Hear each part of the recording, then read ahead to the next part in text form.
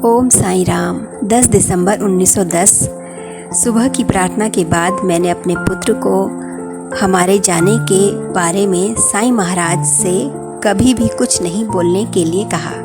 वे सब जानते हैं और हमें कब भेजना है वे ही जाने। रोज़ की तरह हमने साईं साहेब को देखा जब वे बाहर जा रहे थे और बाद में हम लोग द्वारिका माई गए।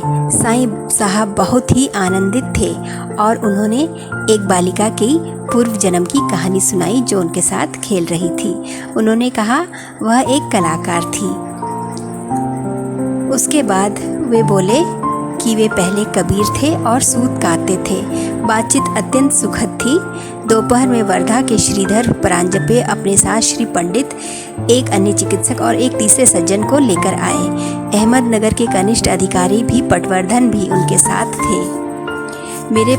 मेरा पुत्र और वह कॉलेज के पुराने सहपाठी हैं। वे सभी साईं साहेब के दर्शन को गए और हम भी उनके साथ थे। साईं साहेब ने उनके साथ वैसा ही व्यवहार किया जैसा वे हर किसी के साथ करते हैं और पहले तेली मारवाड़ी वगैरह के बारे में बोले, फिर वे इमारतों के बारे में बोले जो बनाई जा रही हैं और कहने लगे दुनिया पागल हो गई है। हर आदमी ने बुरे सोच का एक अजीब रुख अपना लिया है। मैंने कभी अपने आप को उनमें से किसी की बराबरी में नहीं रखा, इसलिए वे क्या कहते हैं मैं कभी भी नहीं सुनता और ना ही जवाब देता हूँ। मैं क्या जवाब दूँ। उसके बाद उन्होंने उदी वितरित की और हमें वाड़े में लौट जाने को कहा। उन्होंने पटवर्धन कनिष्ठ को संकेत दिया और रोज़ की तरह कल को रवानगी का दिन बतलाते हुए उसे रुकने के लिए कहा। मैं और बाबा साहेब सहस्त्रबुद्धे वाड़े में लौट आए। ऐसा लगता है कि परांजपे और उनकी साथी राधा कृष्णा के पास गए। बापू साहेब जोग की पत्नी बीमार चल रही है और वे उसे कोई दवा नहीं देते, लेकिन ऐसा मालूम पड़ रहा है कि आज उनका धैर्य खत्म हो गया और उसने चले जाना चाहा। यहाँ तक कि बापू साहेब जोग भी लाचार होकर उसको जाने देने के लिए मान गए।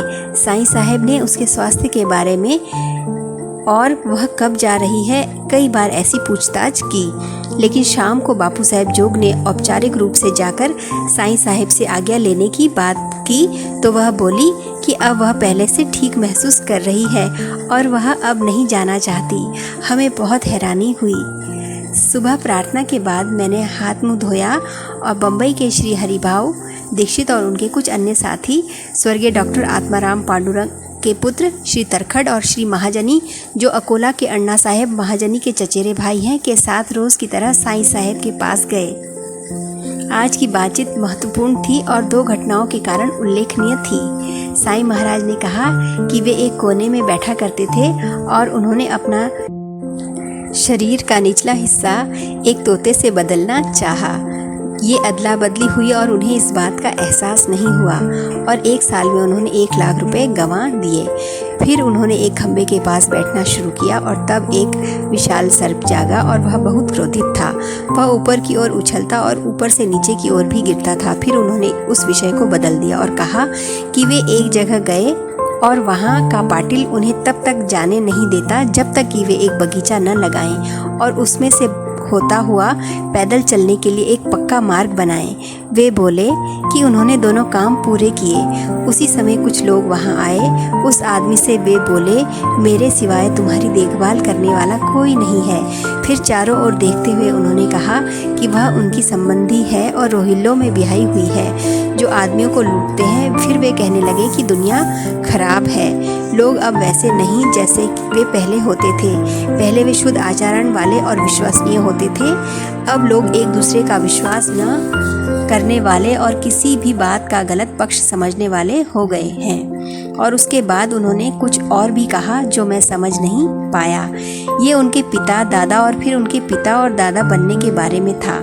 अब घटनाओं के बारे में ऐसा है कि श्री दीक्षित फल लाए, साईं साहेब ने कुछ खाए और बाकी लोगों को बांट दिए। बाला साहेब जो इस तालुका के मामलेदार रहे थे वहाँ थे और बोले कि साईं महाराज केवल एक किस्म के ही फल दे रहे थे। मेरे पुत्र ने अपने मित्र पटवर्धन को बतलाया कि साईं महाराज ने जिस भक्ति भाव से वे फल अर्पित किए गए थे उसी के अनुपात में उन्हें स्वीकार या अस्वीकार किया। मेरे पुत्र बाबा ने ये बात मुझे और पटवर्धन को भी बतलाने की कोशिश की। इससे थोड़ा शोर हुआ और साईं महाराज ने मुझको ऐसी नज़रों से देखा जो अद्भुत रूप से चमक रही थी और क्रोध की चिंगारी लिए हुई थी। उन्होंने मुझसे इस सवाल का जवाब मांगा कि मैंने क्या कहा। मैंने उत्तर दिया कि मैं कुछ नहीं कह रहा था और बच्चे आपस में बात कर रहे थे। उन्होंने मेरे पुत्र और पटवर्धन की ओर देखा और फिर तुरंत ही अपना रुख बदल दिया। आखिर में बाला साहेब मिरीकर ने एक ऐसा कहा कि साईं महाराज सारा वक्त हरिभाऊ दीक्षित से बात कर रहे थे। दोपहर में हम लोग जब भोजन कर रहे थे तो श्री मिरीकर जी के पिताजी आए, जो अहमदनगर में इनामदार और विशेष मजिस्ट्रेट हैं। वे पुरानी छाप के बहुत सम्माननीय सज्जन व्यक्ति हैं। मुझे उनकी बातें बहुत पसंद आई। शाम के समय हमने रोज की तरह साईं साहेब के दर्शन किए और हम रात को बात करने बैठे और श्री नूलकर के पुत्र विश्वनाथ ने भजन किए जैसे वह हर रोज करता है। ओम साईं राम। बोलो साईनाथ महाराज की जय।